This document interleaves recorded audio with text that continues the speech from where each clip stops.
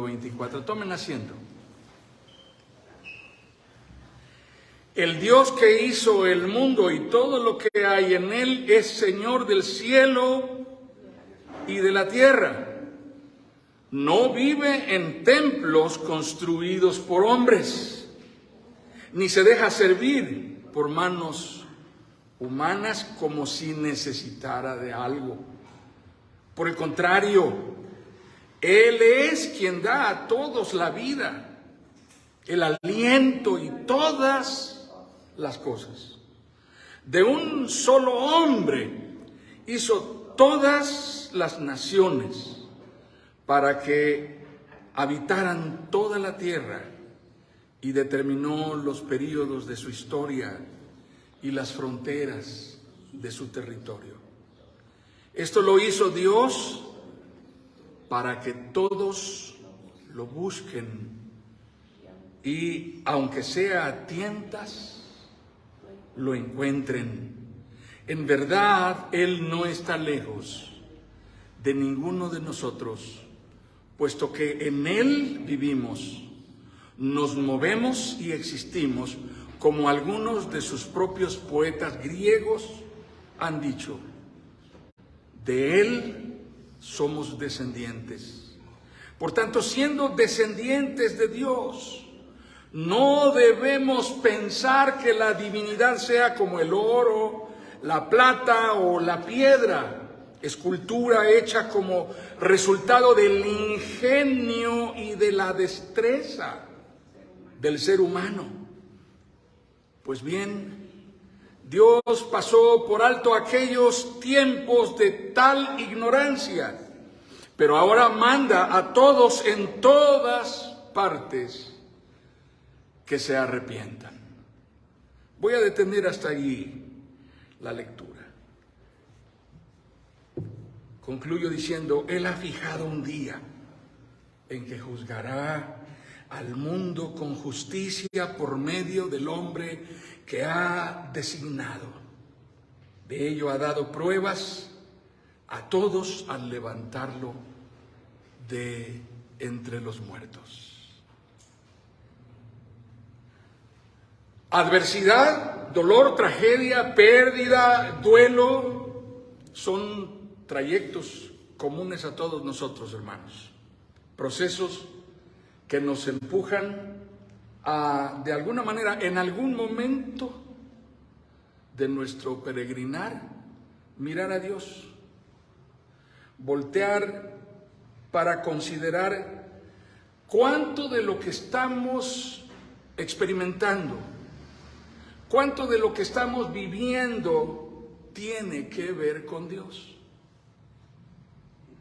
Particularmente de lo que nos duele, particularmente de lo que nos pesa, particularmente de aquello en lo que nos pronunciamos en desacuerdo, porque sentimos no merecer esto, porque sentimos que no hay sentido en el dolor o en el sufrimiento o en la adversidad propia o en la que vemos en otros alrededor de nosotros. Es interesante y es valioso considerarlo porque no necesariamente es así, ni nos comportamos de la misma manera cuando atravesamos por bonanza, cuando atravesamos por prosperidad, cuando atravesamos por éxito, por fortuna, por bienestar. No vamos y le reclamamos a Dios, hoy, ¿por qué me das? ¿Por qué haces esto conmigo? ¿Por qué me pones en este predicamento? No. La tendencia natural es dar por hecho que tenemos eso porque lo merecemos, o porque nos hemos esforzado, o porque hemos sido más listos que los demás, o porque llegamos primero, o porque tuvimos suerte, o porque nos tocó la buena estrella con la cual nacimos. Son conclusiones, pero en ello parece que no estamos igualmente urgidos de cuestionarnos acerca de cuánto interviene Dios o cuánto tiene que ver Dios en esto. Es posible que en las etapas de nuestra vida por las que atravesemos no estemos igualmente conscientes de Dios, dependiendo de la edad o del proceso que vivimos. Los niños parecen estar más pendientes de Dios que los adolescentes, y más todavía que los jóvenes. Y los jóvenes parecen estar mucho menos pendientes de Dios que los adultos cuando ya son padres de familia, por ejemplo, y están en la sala de espera de un hospital con un hijo internado adentro, atribulados, sabiendo que su pequeño está conectado a aparatos que lo mantienen con vida, y una vida precaria que pende de un hilo muy delgado, esperando ver salir a alguien, y cada vez que sale alguien por esa puerta esperan que venga a darles alguna noticia, y aún allí estamos tratando de desarrollar una cierta sensibilidad, preguntándonos cuánto de todo esto está dependiendo de la mano de Dios. Adversidad contra bienestar.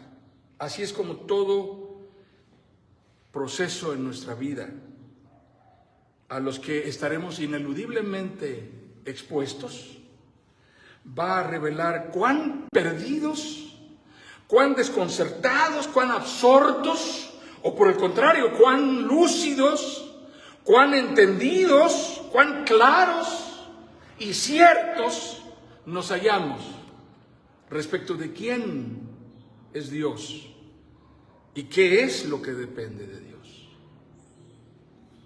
Nosotros somos un mapa, nuestra vida, nuestro caminar, nuestra experiencia, nuestro vivir. Somos un mapa que describe los caminos que hemos recorrido para tratar de conocer a Dios. Conozco algunos amigos pastores que salen a caminar y todos los días publican sus hallazgos, sus avances, y algunos 4 kilómetros, otros 5 kilómetros. El otro día uno de ellos corrió 15 kilómetros de ida y como 35 kilómetros de regreso, porque lo llevaron a un hospital que estaba en otra ciudad porque se colapsó allá donde andaba a correr. Bueno, pero cada quien recorre y publica cuántos kilómetros. Lo que pasa es que no paró su reloj cuando dejó de caminar. El reloj siguió contando los kilómetros mientras lo llevaban y lo traían, y afortunadamente ya está bien. Pero bueno, incluso yendo más allá, estos procesos, estos caminos por los que recorremos, hermanos, revelan nuestras luchas interiores, nuestros conflictos, las batallas que libramos buscando identificarnos más interiormente con lo que hemos entendido y aquello con lo que estamos o de lo que estamos convencidos acerca de Dios. Pero no es un proceso fácil. No son trayectos simples. No se trata de que sabemos poco o que sabemos nada, que Dios no ha dicho casi nada de sí mismo y cuando voy a la Biblia no entiendo casi nada de lo que dice, porque Dios parece que se ha revelado de una manera complicada y difícil. Tampoco es porque Él no se haya revelado, no ha sido suficiente lo que ha dicho de sí mismo.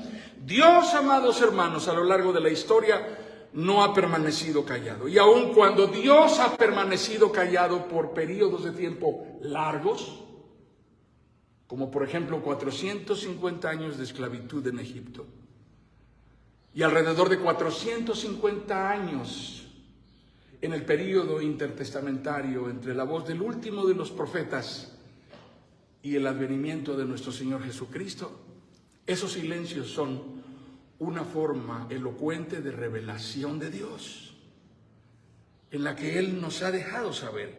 Así que en realidad se trata de que nuestra ignorancia o nuestro desconocimiento es debido a que carecemos de la habilidad, de la capacidad para comprender plenamente quién es Dios, cómo es Dios y cuáles son sus maneras de tratar con nosotros. Ahí radica la complejidad. en muchos sentidos. Así que tanto el trayecto por recorrer en el hallazgo del carácter soberano de Dios, no importa si es a través de nuestra experiencia personal, de nuestra vivencia, o a través de escudriñar las Escrituras, nosotros tenemos ciertas tendencias que no nos ayudan. Y quisiera mencionar algunas de ellas. Amados hermanos, necesitamos renunciar a la imaginación. El apóstol Pablo lo dice claramente en su sermón, en su predicación en el Areópago de Atenas ante los griegos, a quienes les dice: ustedes se han imaginado a Dios y lo han hecho a su modo y lo han construido y hasta le hicieron un altar que dice al Dios no conocido. Pues Dios no es el resultado de la imaginación de nadie, por creativa que sea la imaginación. No es eso Dios. En segundo lugar, debemos dejar de darle tanto crédito a la deducción. Leemos la Biblia y decimos: pues yo deduzco que esto o aquello. Es tan fácil deducir. Nuestras deducciones pueden llevarnos a grandes equivocaciones, porque en el terreno de la deducción cada quien saca sus propias conclusiones y estas pueden ser originadas por ideas erróneas, pervertidas, torcidas, que están en nosotros, prejuicios. En tercer lugar, amados hermanos, igualmente necesitamos hacer a un lado la conjetura. Cuando conjeturamos estamos sacando conclusiones.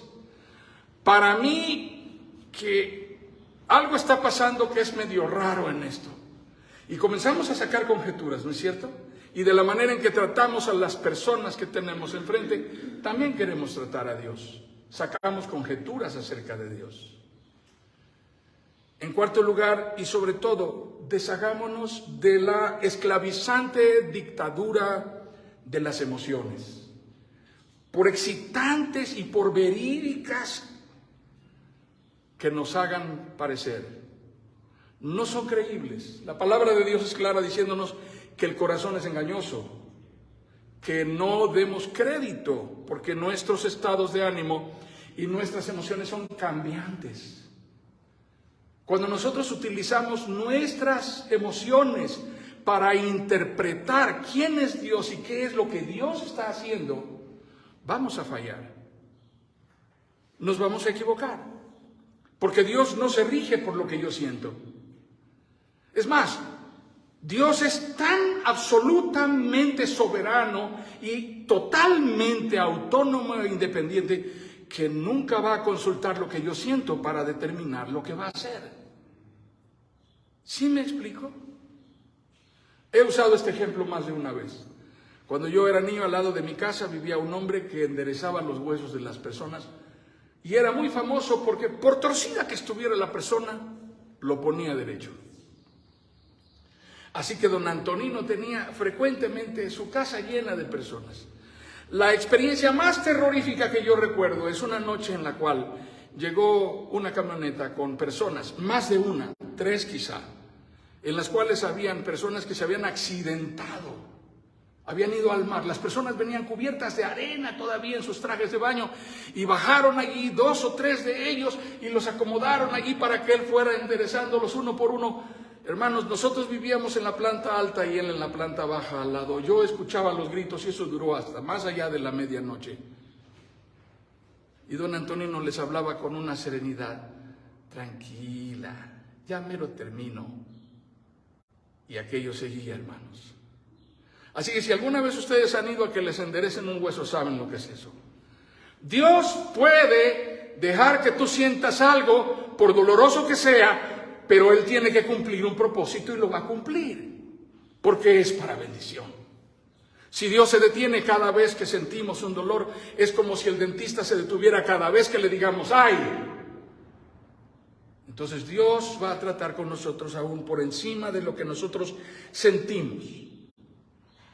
Deshagámonos de la dictadura de las emociones. Eso no es lo que ordena la acción de Dios. Amados hermanos, no son más que un retrato hablado de nuestro vacío existencial. Todas estas cosas, desoigamos de una vez por todas el hambre insaciable de experimentar que prevalece en nuestro tiempo. Todo el mundo quiere experimentar. Los chicos comienzan demasiado temprano con su experimentación, con lo que sea, droga, sexo, pornografía, lo que gusten. La razón de esto es que hay que probarlo. Hay que probarlo para saber de qué se trata, qué se siente, a qué sabe, cómo se pone, cómo se usa. Casi no hay un agujero por donde no nos hayamos metido algo. La nariz, las orejas, ¿saben lo que pasa? Los niños se meten frijoles en la nariz, en el oído. Y más adelante, cuando crecen otras cosas por otros lados. Y es esto muy comprometedor para nosotros, porque nos hunde cada vez en formas de ruina que nos alejan de Dios, pero que no nos ayudan a encontrarlo.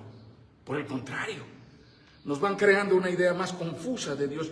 Todas estas son las maneras en que quisiéramos estudiar a Dios y someterlo a nuestro escrutinio, hacer lo que responda a nuestros interrogatorios, a nuestros cuestionamientos, para que finalmente nos deje satisfechos y entonces le demos nuestro veredicto, nuestro dictamen final. Sí, Señor, te reconozco como Dios soberano y creo en ti. O, de lo contrario, lo siento, no lograste convencerme. No creo en ti. Vaya con tu vida, Dios. Viviré bajo mi propio juicio, como fue desde el Edén. Así empezó la historia. Absolutamente ninguna de estas rutas nos está conduciendo, ni nos conducirá jamás al discernimiento o al conocimiento cierto, indudable y fehaciente del Dios soberano. Es de esto de lo que habla Pablo con los griegos en el Areópago de Atenas. A esto se refiere el apóstol Pablo. Dios ha dado evidencias suficientes para que nosotros nos demos cuenta, y la evidencia comienza en nosotros mismos. Dios nos deja ver y nos patentiza su naturaleza divina y soberana de múltiples formas. Y una de ellas, por supuesto, es la creación, a la que llamamos revelación general, a la que tienen acceso todos, aún los incrédulos, porque la pueden ver. Todas las maravillas de la creación hablan de Dios, hablan de la perfección de Dios, hablan de quién es Él, de su omnipotencia, de su gloria, majestad, perfección. Pero esto no es la única forma de revelación general. Tenemos acceso a otra forma de revelación general, que es todavía más íntima, más cercana, más contundente. La naturaleza de Dios la podemos reconocer en los rasgos de certidumbre afectiva. Rasgos de certidumbre afectiva que recibimos de aquellos que nos aman y nos protegen de acuerdo al orden de Dios. Los que nos aman y nos protegen de acuerdo al orden de Dios. Suri, ¿quién te ama y te protege de acuerdo al orden de Dios? Tu papá, claro. Tus papás, por supuesto. Así que ahí podemos verlo. Está comunicándonos a través de esa forma de aprecio, de afecto, de apego, que estaremos a buen resguardo, aun cuando no tengamos la capacidad de valernos por nosotros mismos, aun cuando no tengamos la capacidad de valernos por nosotros mismos. Es interesante, ¿verdad? Aquí he visto crecer a varios que ya hoy son adultos y los conocí bien chiquitos. Ocielito, ¿cuánto cuesta el gas que se gasta en tu casa? 160. Ay, ¿verdad? Qué pregunta. Itzel, ¿la luz que se paga en tu casa? Como ¿cuánto cuesta el internet que se paga en tu casa? Ay. Sí, alguien tiene que hacerse cargo de eso y no soy yo. Aun cuando ya estoy grande, alguien más se hace cargo de eso para comunicarme una forma de protección, de amparo, de resguardo que me certifica que estaré bien, aún en aquello en lo cual yo ni me intereso, ni me ocupo, ni sé quién lo hace, ni me importa. ¿Ay? Ok, no es lesivo, solamente es un referente. Porque así, exactamente de esa manera, aun cuando nosotros nos comportemos así con Dios, así es como Dios se revela a nosotros. Ahora, levanten sus dedos, chicos, y digan, ¿quién paga la luz? ¿Quién paga el internet? ¿Quién paga el teléfono? ¿Quién paga el agua? ¿Quién paga el gas? Así que bendito sea Dios, que hay quien se ocupe de eso, ¿no es cierto? Eso es la paternidad responsable, hermanos. Hoy celebramos el Día del Padre. Eso es la paternidad responsable.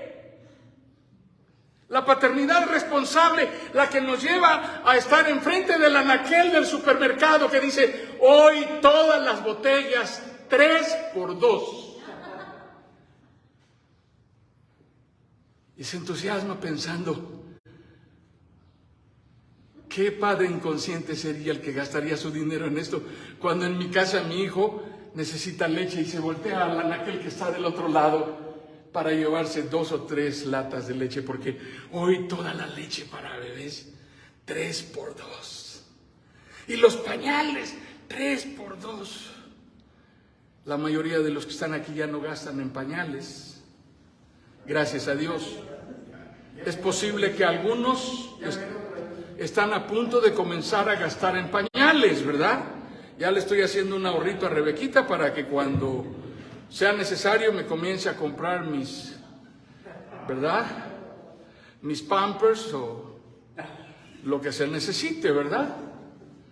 Pero evidentemente esto es paternidad responsable. La figura paterna es de hecho un testimonio del amor protector, proveedor y guiador de Dios.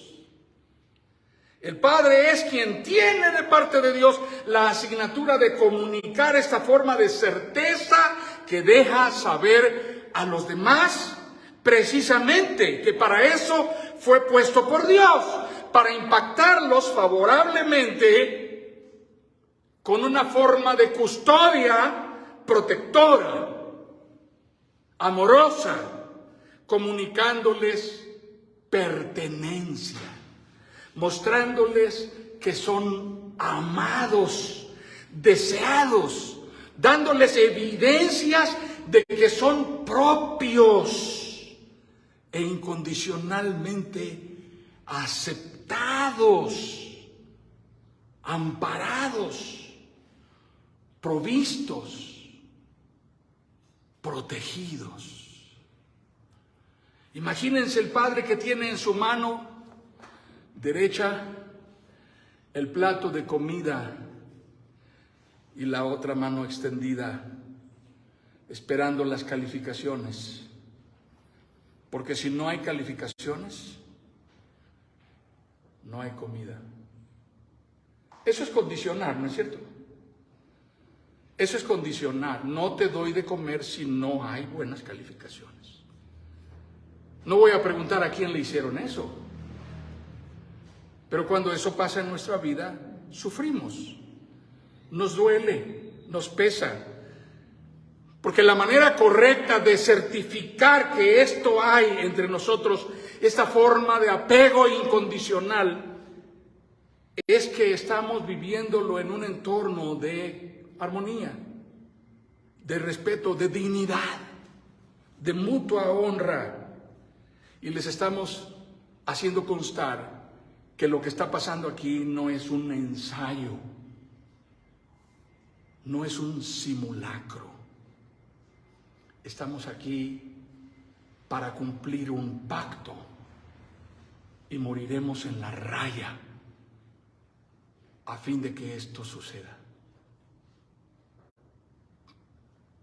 Porque queremos ser un reflejo de ese Dios que nos dio la asignatura de manera soberana de ver por los que amamos.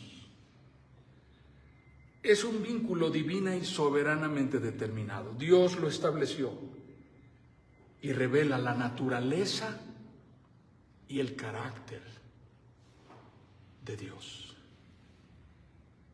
Pero aún eso no es suficiente, hermanos. Aún eso no es suficiente.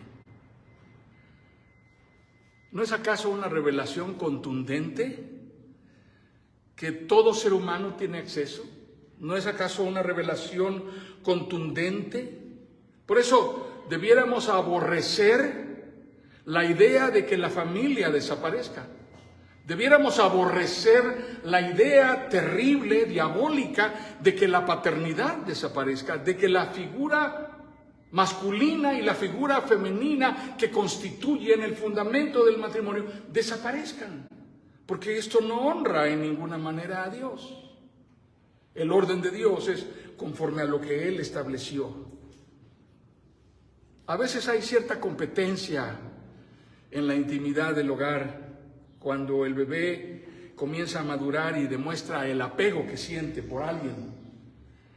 Así que preguntémonos, ¿no es cierto que una mamá se desvive para darle al bebé todo? Le da el pecho, le da cariño, le da mimos, lo besa, lo contempla, lo arropa, lo duerme, lo protege. Y sucede que cuando la criatura despierta y ve a un lado de la cuna al papá, parece que se vuelve loco. Y el papá no ha hecho nada de todo eso. Pero realmente estamos orientados a reconocer quién es la figura paterna de manera natural. Cuando el bebé observa que ahí está la figura de su padre, aun cuando ve la figura de su madre, cualquiera de los dos, padre o madre, lo que el bebé está viendo es más que personas que cuidan de él. En ese momento, lo que el bebé está viendo es a Dios.